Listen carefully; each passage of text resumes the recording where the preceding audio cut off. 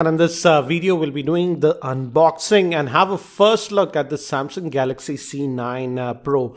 And this is sort of a phablet device. This one is having a 6-inch screen. And this device is having 6 gigabytes of RAM. And this runs on the Snapdragon 653 SoC, which is an octa-core processor. And this is a retail Indian unit, as you can see, and the price quoted on the box is 41,700, but that's wrong because it's available in the Indian stores like even Amazon and Flipkart and local stores for 36,900 rupees. So let's just open this up. Let me break the seals and let's have a closer look at this device. Let's just open this up, and here you have the device itself. It says this is the gold model, as you can see, but the gold is just on the back. As you can see, front it is just white in color. I thought it will be really heavy for a 6-inch screen, but no, it's not very heavy. Let's quickly see what else do we get. There'll be some paperwork in this. I won't open that one, and let's open this. So they are giving a fast charger, so that's really nice. So we get a bundled fast charger in the box, and the rating is 9 volts at 1.67 amps. So this is similar to what we get with the Galaxy S7, etc. And you also get a USB Type-C to micro USB cable adapter.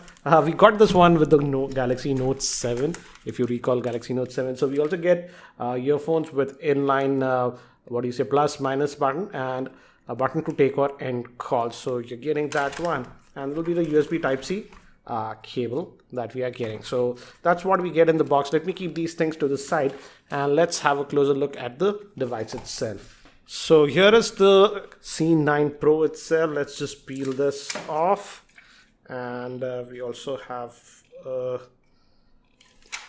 this. So this is a sort of a phablet device. It's having a 6-inch screen, but this one is having just a 1080p screen. It's not a quad HD or anything like that. And let me actually give you a physical overview first. On the top, we have just a secondary noise cancellation microphone. And on this end, we have the power on off button. We also have a dedicated slot for the SIM tray. Let me just get the SIM ejector tool and we'll have a look at this one. So here I have the SIM ejector tool, and we have 2 trays. So let's just open that up and let's have a look. And this first one is going to accept a micro SD card. So that's nice. So we have a dedicated slot for the micro SD card. And I read on the box it supports micro SD cards up to 256 gigabytes. So that's nice. And if you open this one, this is having a dual SIM. So glad to see that we don't have that hybrid SIM slot kind of stuff. We have a dedicated slot for the SIM card. So if you are looking for that is finally there on this device. After a long time, I'm seeing a device by Samsung having a dedicated SIM slot. Further down, we just have a single speaker outlet, main microphone, and we have the USB Type-C port, and the 3.5mm headphone jack is also at the bottom. On this end, we just have the volume rockers. So that's what it is. Minimalistic sort of design, I would say. And regarding the camera, both the rear facing as well as the front facing camera is supposed to be a 16 megapixel shooter. And in this one, I've heard that they didn't skimp on sensors. This one is supposed to have even the gyroscope. Okay, so that's what it is regarding the physical overview. We also have a fingerprint scanner. Let me actually quickly just boot this up. And by the time it actually boots up and I set it up, let me give you a configuration overview. The Samsung Galaxy C9 Pro is powered by the Snapdragon 653 chipset, which is an octa-core processor. Moving to the GPU, it has the Adreno 510 GPU, a 6-inch 1080p screen, 6 gigabytes of RAM, 64 GB of internal storage. Moving to the camera, it has a 16 megapixel rear-facing camera and also a 16 megapixel front-facing camera with f1.9 lens. It has a fingerprint scanner, and the battery is a 4000 milliamp hour battery. So I've just set up this device. So typical Samsung UI that we are getting. And if you go to the left, we also have that flipboard briefing. I personally don't like that. So you can just disable it like this. So you also can adjust the screen grid size, the icons, how many you want. So that option is there. Let's just get out of that. So we have some Samsung specific apps, and even Microsoft apps are sort of pre-installed. Regarding the storage, shouldn't be a problem because it's having 64 gigabytes of storage.